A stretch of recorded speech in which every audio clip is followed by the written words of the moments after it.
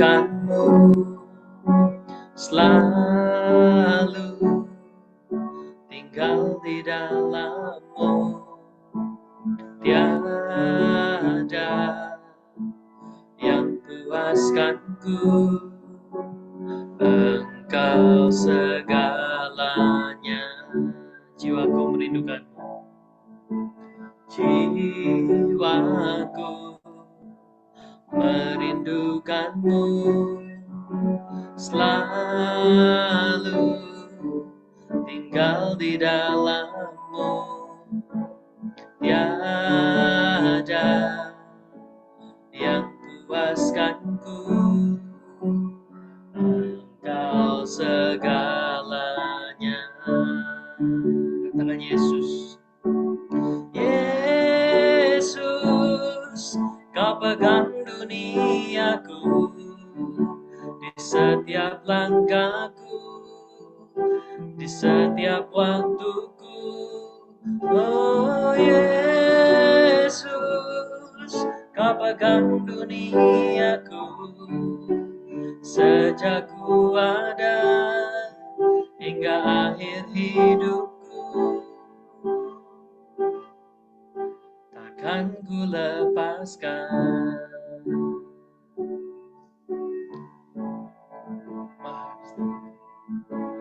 My heart is longing after you. Abide, remain in your presence. No one can satisfy like you. You're mine and I am yours. My heart is longing after you. Abide, remain in your presence. No one can satisfy like you. You're mine and I am yours. Jesus, you hold my universe. Every step I take, each moment I'm awake. Oh Jesus, you hold my universe since my beginning to my very end. Oh Jesus, you hold my universe. Every step I take, each moment I'm awake. Oh Jesus, you hold my universe since my beginning to my very end. I'll never let you go.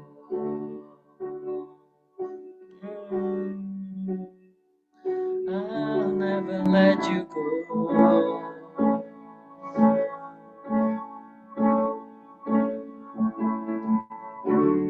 You are the life of my life. You are the hope that I cling to.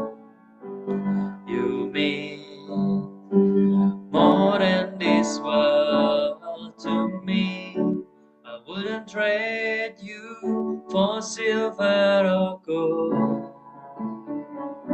I wouldn't trade you for riches untold.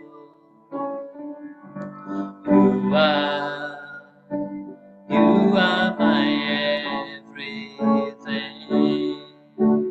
Sekali lagi, you are the love of my life. You are the love of my life. You are the hope that I cling to. You mean more wouldn't trade you for silver or gold. I wouldn't trade you for riches untold. You are my everything.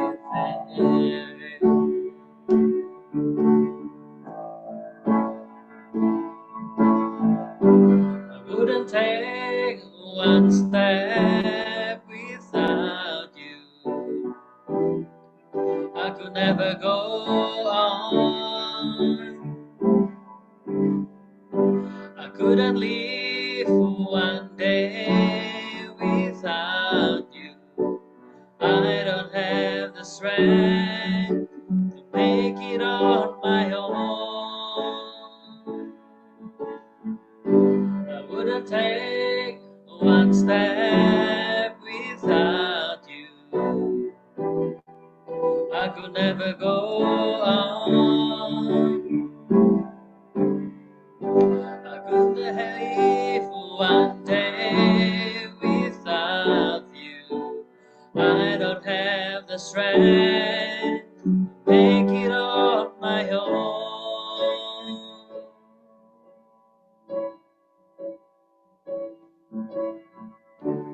You are the love of my life. You are the hope that I cling to. You mean more than this world to me. I wouldn't trade you for silver or gold.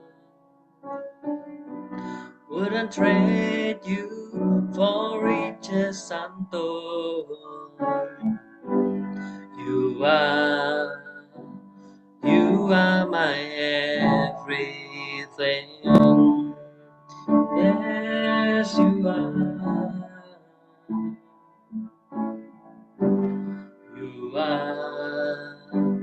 You are my everything.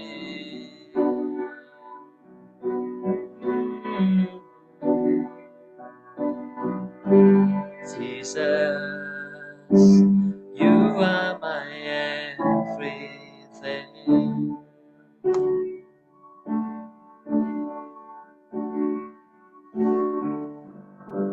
Terima kasih Engkau Tuhan Yesus, dengan segenap hati kami, dengan segenap jiwa, dengan segenap kekuatan, kami mau menyembah-Mu dan mengasihi Sang.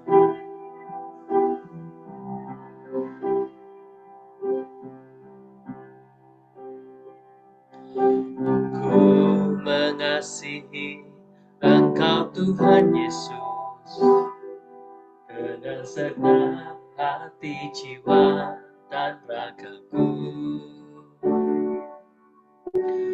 Ku mengasihi Engkau Tuhan Yesus, dengan segenap kekuatanku memuji-Mu. Mengasihi, mengampuni, memberkati sesamaku dan semua musuhku.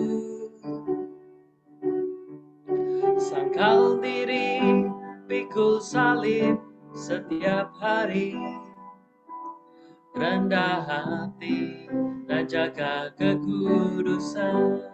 Ku mengasihi Engkau Tuhan Yesus.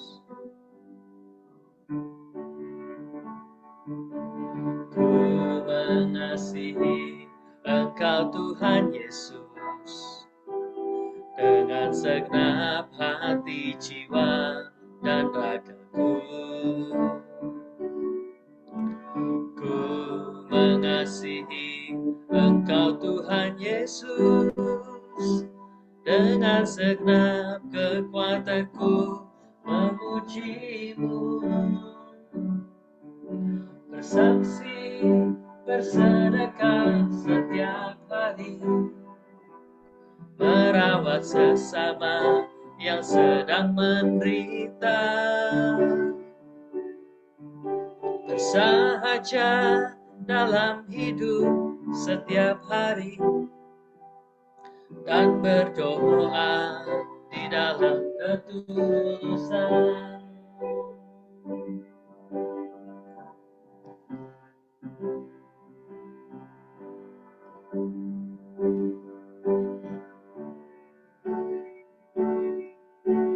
How I love you, my Lord Jesus, with all my heart, with all my soul, and all my life. How I love you, my Lord Jesus, with all my strength I will present, worship you, Lord. To love,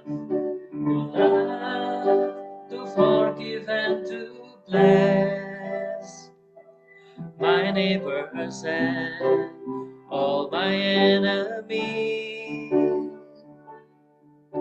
Deny myself, carry my cross every day with humble heart and live in holiness.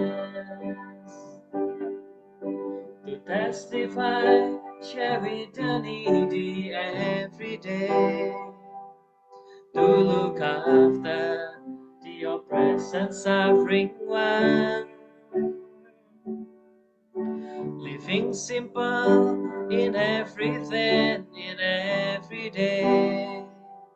And keep praying with a sincere heart. Mengasihi, mengampuni. Mengasihi, mengampuni, memberkati sesamaku dan semua musuhku. Sangkal diri, pikul salib setiap hari. Rendah hati dan jaga kekudusan. Bersaksi, bersedekah setiap hari. Merawat sesama yang sedang menderita. Bersahaja dalam hidup setiap hari. Dan berdoa di dalam ketulusan. Dan berdoa di dalam ketulusan. Dan berdoa di dalam ketulusan.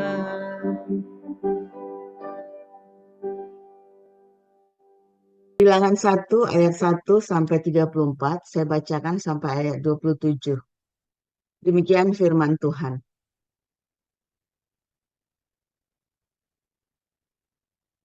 Tuhan berfirman kepada Musa di padang gurun Sinai dalam kemah pertemuan pada tanggal 1 bulan yang kedua dalam tahun yang kedua sesudah mereka keluar dari tanah Mesir.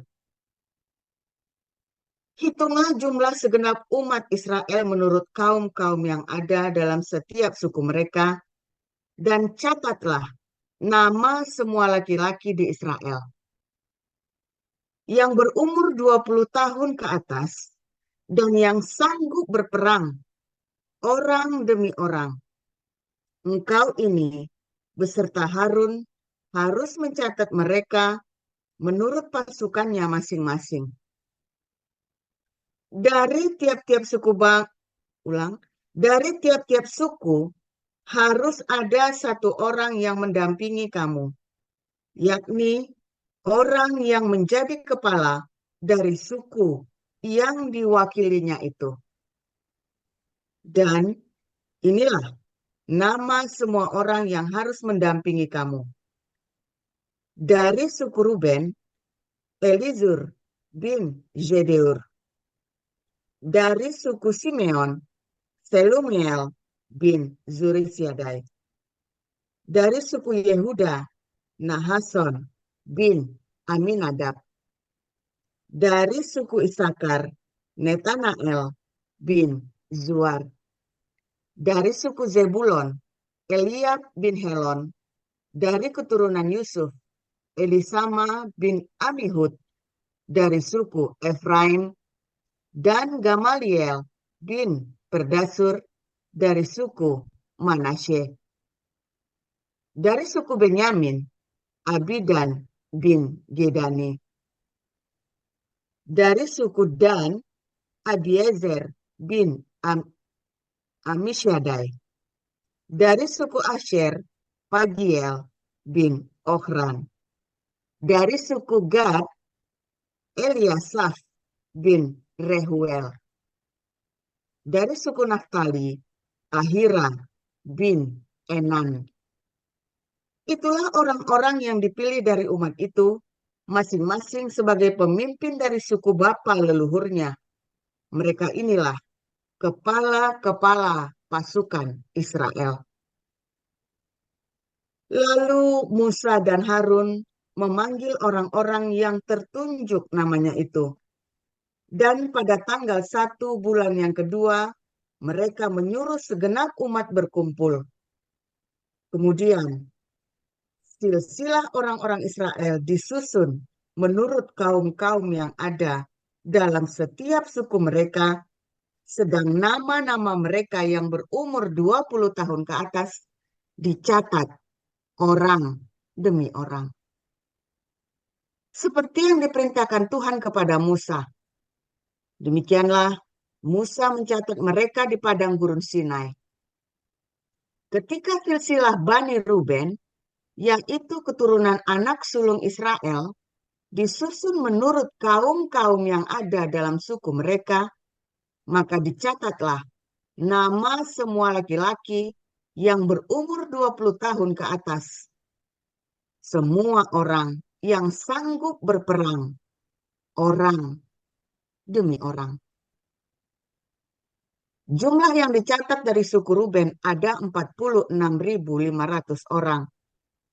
Ketika silsilah Bani Simeon disusun menurut kaum-kaum yang ada dalam suku mereka, maka dicatatlah nama semua laki-laki yang berumur 20 tahun ke atas, semua orang yang sanggup berperang, orang demi orang. Jumlah yang dicatat dari suku Simeon ada 59.300 orang. Ketika silsilah Bani Gad disusun menurut kaum-kaum yang ada dalam suku mereka, maka dicatatlah nama orang-orang yang berumur 20 tahun ke atas. Semua orang yang sanggup berperang. Jumlah yang dicatat dari suku Gad ada 45.650 orang. Ketika silsilah Bani Yehuda disusun menurut kaum-kaum yang ada dalam suku mereka, maka dicatatlah nama orang-orang yang berumur 20 tahun ke atas, semua orang yang sanggup berperang. Jumlah yang dicatat dari suku Yehuda ada 74.600 orang.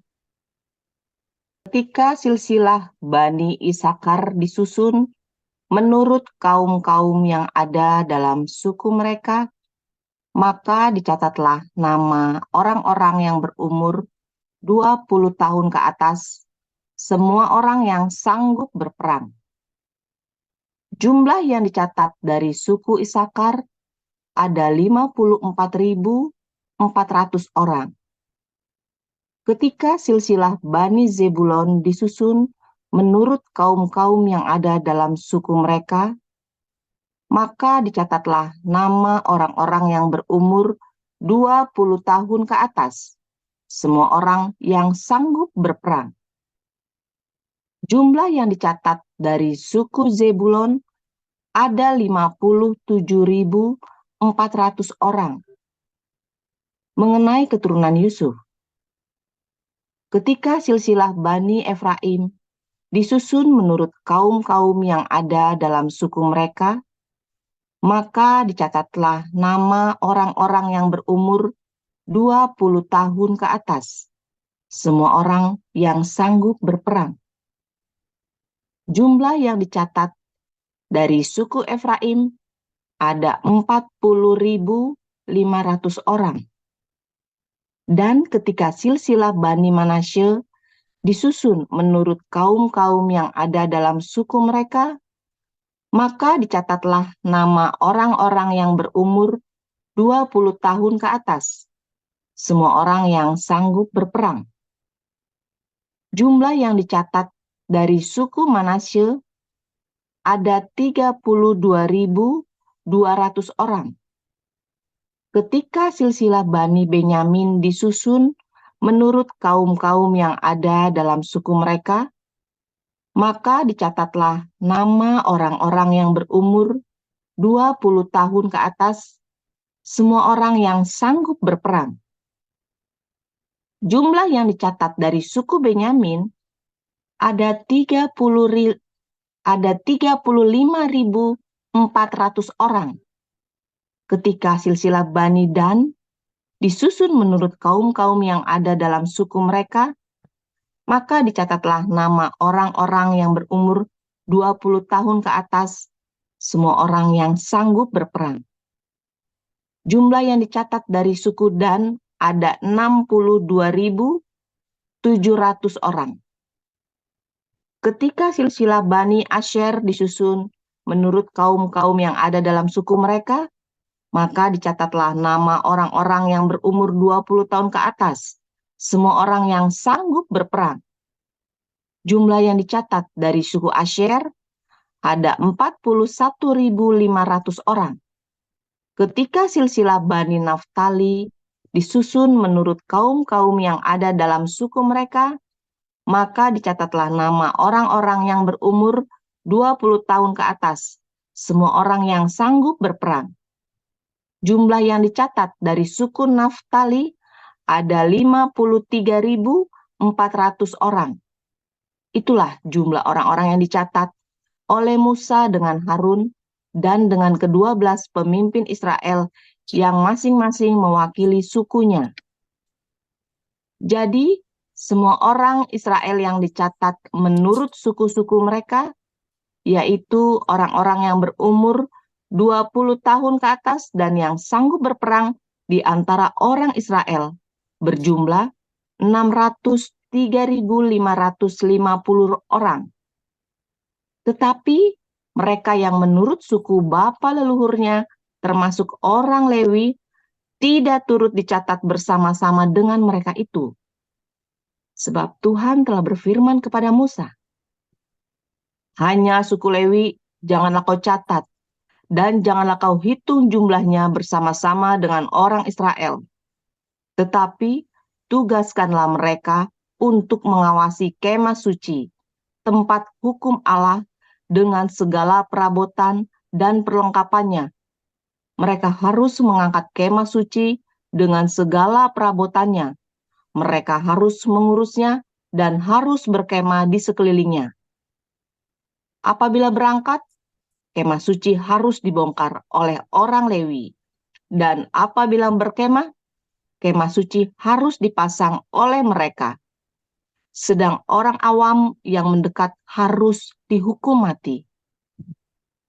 Orang Israel haruslah berkemah masing-masing di tempat perkemahannya dan masing-masing dekat panji-panjinya menurut pasukan mereka.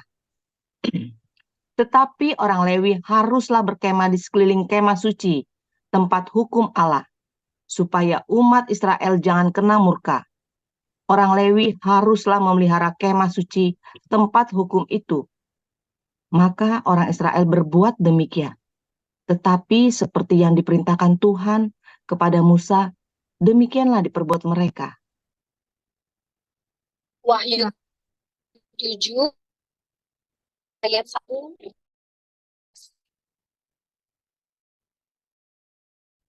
Kemudian daripada itu, aku melihat 4 malaikat berdiri pada keempat penjuru bumi, dan mereka menahan keempat angin bumi, supaya jangan ada angin bertiup di darat, atau di laut, atau di pohon-pohon. Dan aku melihat seorang malaikat lain muncul dari tempat matahari terbit. Ia membawa materai Allah yang hidup, Dan ia berseru dengan suara nyaring kepada keempat malaikat yang ditugaskan untuk merusakkan bumi dan laut. Katanya, janganlah merusakkan bumi atau laut atau pohon-pohon sebelum kami memeteraikan hamba-hamba Allah kami pada dahi mereka.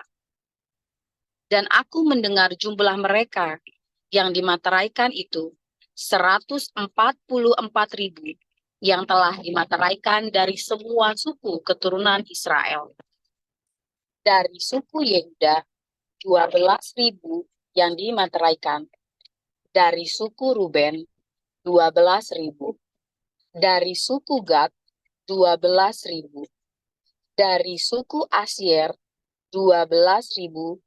Dari suku Naftali 12.000. Dari suku Manasye 12.000. Dari suku Simeon 12.000. Dari suku Lewi 12.000. Dari suku Isakar 12.000. Dari suku Zebulon 12.000. Dari suku Yusuf 12.000. Dari suku Benyamin 12.000. Kemudian daripada itu aku melihat sesungguhnya suatu kumpulan besar orang banyak yang tidak dapat terhitung banyaknya dari segala bangsa dan dari suku dan kaum dan bahasa berdiri di hadapan tahta dan di hadapan anak domba, memakai jubah putih dan memegang daun-daun palem di tangan mereka.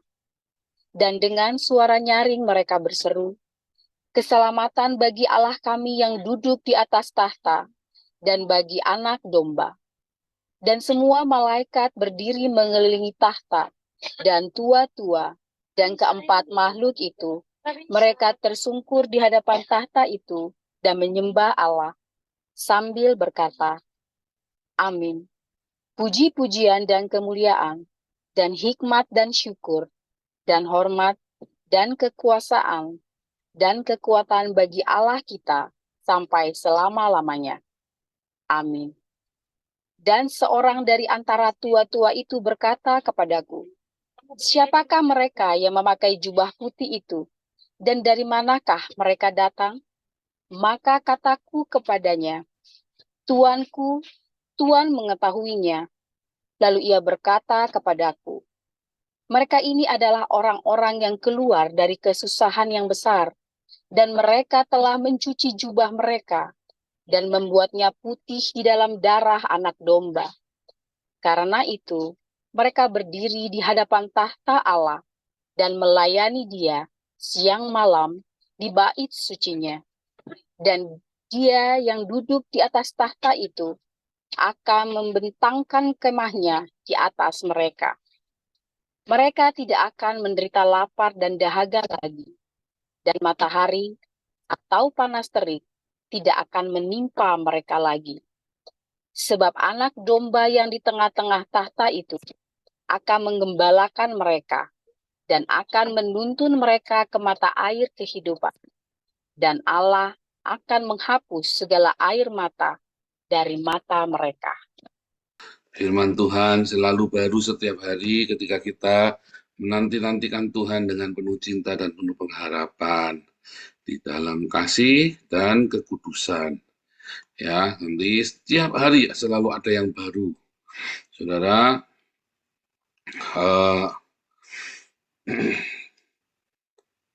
tema dari movement atau revival dalam komunitas kita adalah apa? Diakonia, ya, bersedekah, di mana kita setiap hari ya selalu diingatkan untuk bersedekah, tidak luput, ya.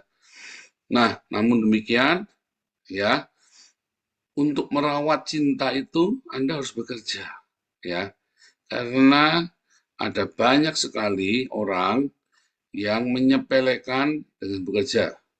Dulu saya sering bilang ya, sekalipun Anda kaya raya, sekalipun Anda miskin, ya, bekerja, bahkan sekalipun Anda sakit, bekerja, ya. Jadi jangan sama sekali tidak bekerja bagi orang-orang yang sakit. Yang kaya pun sama, mungkin Anda tidak perlu kerja sehari 8 jam, tetapi bekerjalah supaya ya itu menjadi gaya hidup, bekerja itu. Karena yang tidak bekerja jangan makan. Bahkan ketika Anda kaya raya sekalipun, Anda punya uang yang melimpah, Anda tidak bekerja, maka akhirnya kekayaan itu akan membuat jadi penyakit.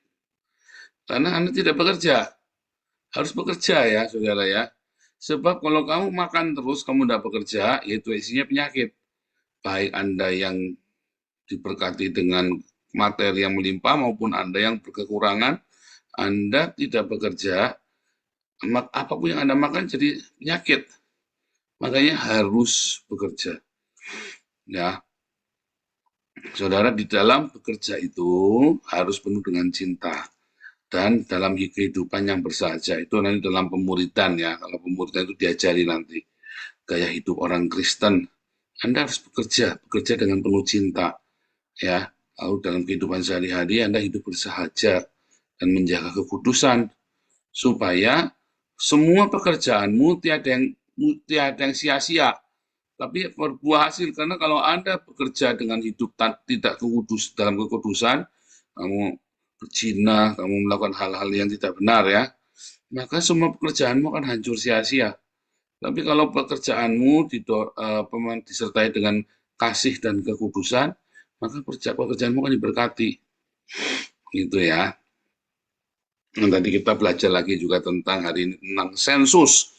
Orang Israel itu disensus ya sebelum masuk ke tanah Kanaan. Jadi waktu mereka mau masuk tanah Kanaan, maka dihitung dulu jumlah semua orang-orang Israel dihitung, semua suku dihitung, ya tiada terkecuali.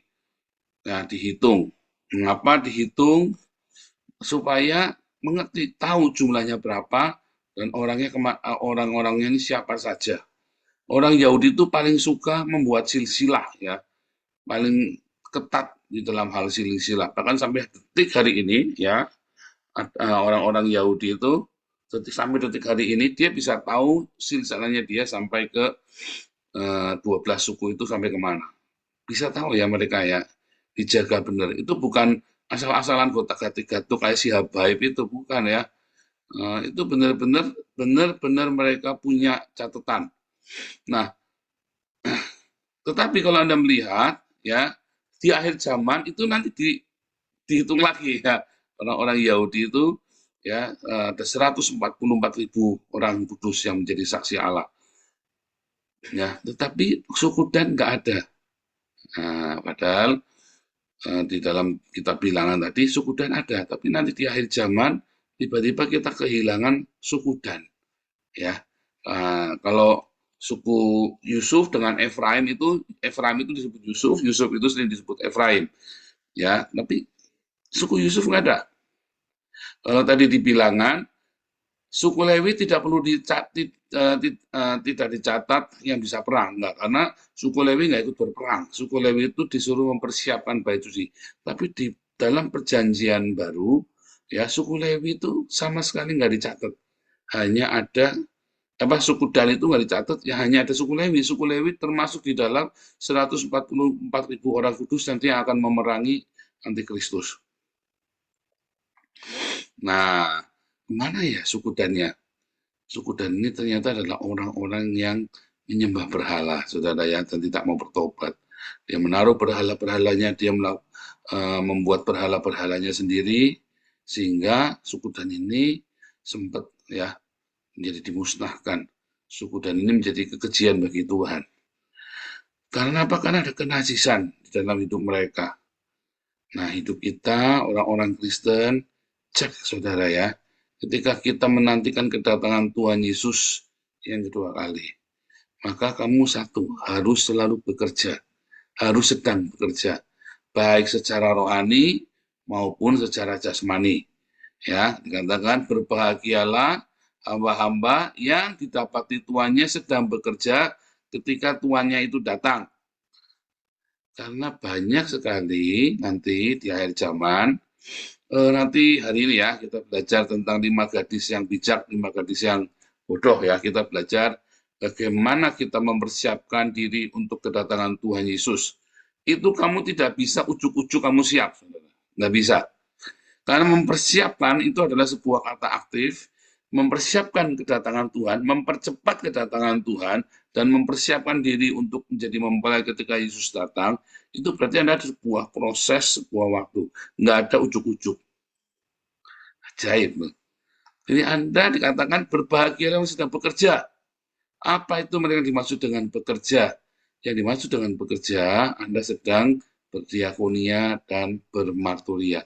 Bagaimana kamu bisa bermarturia kalau kamu sendiri hidupmu penuh dengan kekurangan, ya, dan Anda tidak bekerja sama sekali. Sehingga Anda harus bekerja, gaya hidup orang Kristen, kamu harus bekerja. Supaya kamu menghasilkan buah, baik itu pekerjaan secara jasmani, ya, sehingga kamu bisa punya surplus untuk kamu punya pekerjaan secara rohani, yaitu diakonia, bersedekah. Bagaimana kamu bisa bersedekah, bagaimana kamu bisa menjadi berkat bagi sesama kalau kamu tidak bekerja. Apa yang mau diberkati oleh Tuhan ketika kamu tidak punya wadah untuk diberkati? Kamu tidak punya benih yang buat dilipat kali gandakan. Anda kan mau menabur, Anda kan mau menabur satu benih supaya bisa menjadi 100 kali lipat, bahkan bisa menjadi berlipat-lipat kali ganda. Tapi kalau benih itu tidak pernah ditabur, apanya yang mau dilipat gandakan? Karena Anda duduk diam manis, Anda punya benih, tapi udah Anda punya talenta, Anda punya benih, apapun namanya, tapi kamu cuma duduk saja. Sehingga harus ditabur ini benih, Anda harus bekerja. Nah, di dalam bekerja itu, kamu jaga hidupmu di dalam kekudusan. Suku Dan tidak menjaga kekudusan hidupnya dengan melakukan penyembahan berhala yang luar biasa jahatnya dan kejahatan yang luar biasa di dalam komunitas suku ini ya, yang meninggalkan Tuhan. Di dalam bekerjamu, kalau kamu supaya tidak disingkirkan dari komunitas Kristus, di dalam bekerjamu itu harus dengan ketulusan hati, harus dengan cinta dan kekudusan. Sebab kalau kamu bekerja dengan tanpa cinta, maka yang ada adalah ketamakan. Kamu kerja itu, ya, wah ini kan disuruh kerja nih. Terus Anda kerja sampai Anda lupa anak istrimu, Anda sampai lupa untuk memberikan perhatian, menjaga. Karena kerja, keenakan kerja. Banyak orang ya, keenakan kerja, duitnya nggak ada, atau mungkin duitnya ada, tapi dia lupa dengan keluarganya. Ya, dia kerja terus. Ya, karena bekerja itu enak sebenarnya ya. Kalau Anda sudah tahu ada duitnya, apalagi ya, bekerja itu nikmat. Makanya banyak orang pada nggak mau pensiun, pada takut kan. Karena bekerja itu nikmat. Tapi balik lagi saudara, ketika pekerjaanmu disertai dengan keserakahan, atau kamu bekerja dengan kemarahan, maka pekerjaanmu itu akan menjadi sia-sia. Ya, apapun yang kamu kerjakan jadi sia-sia. Tapi kalau kamu bekerjanya di dalam cintanya Tuhan Yesus, maka dan kekudusan, maka apa yang kamu kerjakan akan berbuah berkali lipat. Kalau kamu tidak bekerja, maka tidak ada yang diberkati. Ya sudah, nol. Bahkan akan minus. Ulangi ya, kalau kamu bekerjanya dengan hawa nafsu, dengan keserakahan, dengan kemarahan, maka semua sia-sia mau bekerja. Ya, udah kerja terus ya, duitnya banyak, akhirnya penyakitan. Duitnya banyak, ini keluarganya berantakan. Sia-sia. Atau dia bekerja dengan kemarahan, karena dendam masa lalu. Maka setelah dia mencapai, terus dia juga bingung mau ngapain. Tapi kalau kamu bekerja dengan penuh cinta, ya, bekerja dengan penuh cinta dan dengan menjaga hidupmu di dalam kasih dan kekudusan, maka ketika kamu mendapatkan sesuatu, benih itu berlipat kali ganda, ketika talenta itu berlipat kali ganda, maka kamu akan menemukan Tuhan di sana, di dalam pekerjaan. Loh, di dalam pekerjaan, bekerja itu adalah ibadah ya. Kalau kamu tidak bekerja, kamu tidak ibadah. Bekerja itu adalah sebuah ibadah. Karena apa? Merupakan perintah Tuhan. Kamu harus bekerja, mengupayakan, mengelola alam semesta ini, saudara. Kalau kamu tidak mengelola alam semesta ini memberikan kontribusi, maka kamu menjadi beban. Kamu akan merusak alam semesta ini. Tapi yang ketiga, kalau kamu tidak bekerja, kalau benih itu tidak ditabur dan Anda upayakan, kalau talenta itu tidak kamu kerjakan, maka nggak ada hasilnya. Barang siapa memiliki, kepadanya akan ditambahkan. Barang siapa yang tidak memiliki, apa yang ada padanya akan diambil daripadanya. Nah, 3 hal itu ya. Tetapi ketika kamu bekerja dengan tidak kudus, atau kamu tidak bekerja sama sekali, maka kamu adalah suku Dani yang disingkirkan. Kamu nggak bisa menjadi saksi Allah. Kamu tidak bisa mendapat bagian dari pewaris janji Tuhan itu. Ketika Yesus datang, ya kamu bukan hamba yang setia. Jadi siapapun Anda hari ini, ya bekerja. Anda yang sehat, walaupun punya banyak duit, Anda yang apalagi kalau Anda miskin, wah tapi saya sakit-sakitan, harus bekerja, saudara. Cari pekerjaan yang sesuai. Bekerja kurang, Pak. Kalau kurang, komunitas akan membantu untuk mencukupi kebutuhan hidupmu sehari-hari. Tetapi kalau kamu tidak bekerja, jangan makan. Kalau kamu makan, nanti penyakitan. Tetapi di samping itu, kalau kamu tidak bekerja, ketika Tuhan datang, kamu nggak punya apa-apa untuk dipertanggungjawabkan. Jadi kalau kamu nggak bekerja itu dosa loh, saudara. Orang yang tidak bekerja itu dosa loh. Sekalipun Anda punya uang banyak. Sekalipun Anda punya uang banyak. Karena Anda harus bekerja untuk menghasilkan, untuk berkontribusi bagi semesta ini. Ya, dan itu semua diperhitungkan, disensus. Ya, Anda bisa dimasukkan di dalam saksi Allah 144.000 orang kudus bagi orang Yahudi, tapi adalah simbol juga bagi kita bahwa ada orang-orang yang tidak dimasukkan ke dalam sensus itu, yang tidak termasuk dalam 144.000, 12 suku itu yang disingkirkan. Salah satu suku yang disingkirkan yaitu suku Dan, karena ada penyembahan berhala di situ, ada hawa nafsu di sana, ya. Tidak bekerja pun itu adalah sebuah hawa nafsu. Kemalasan itu hawa nafsu ya. Malas itu hawa nafsu. Anda pikir Anda diam saja itu bukan hawa nafsu. Itu hawa nafsu. Kemalasan itu. Sehingga Anda tidak bekerja, tidak rajin bekerja. Anda yang suka menunda-nunda pekerjaan sehingga terbengkalai semua, itu adalah sebuah dosa loh saudara. Ya, ingat-ingat 3 hal itu tadi ya. Bekerja dengan tamak itu salah. Bekerja dengan kemarahan karena dendam di masa lalu, Anda kerja-kerja itu salah. Tapi bekerjalah dengan cinta dan dengan di dalam kekudusan supaya diberkati. Tetapi tidak bekerja juga salah.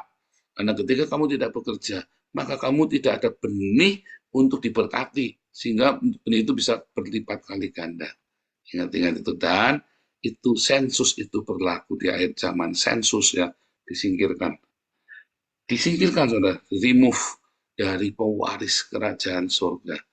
Ya, Tuhan Yesus memberkati.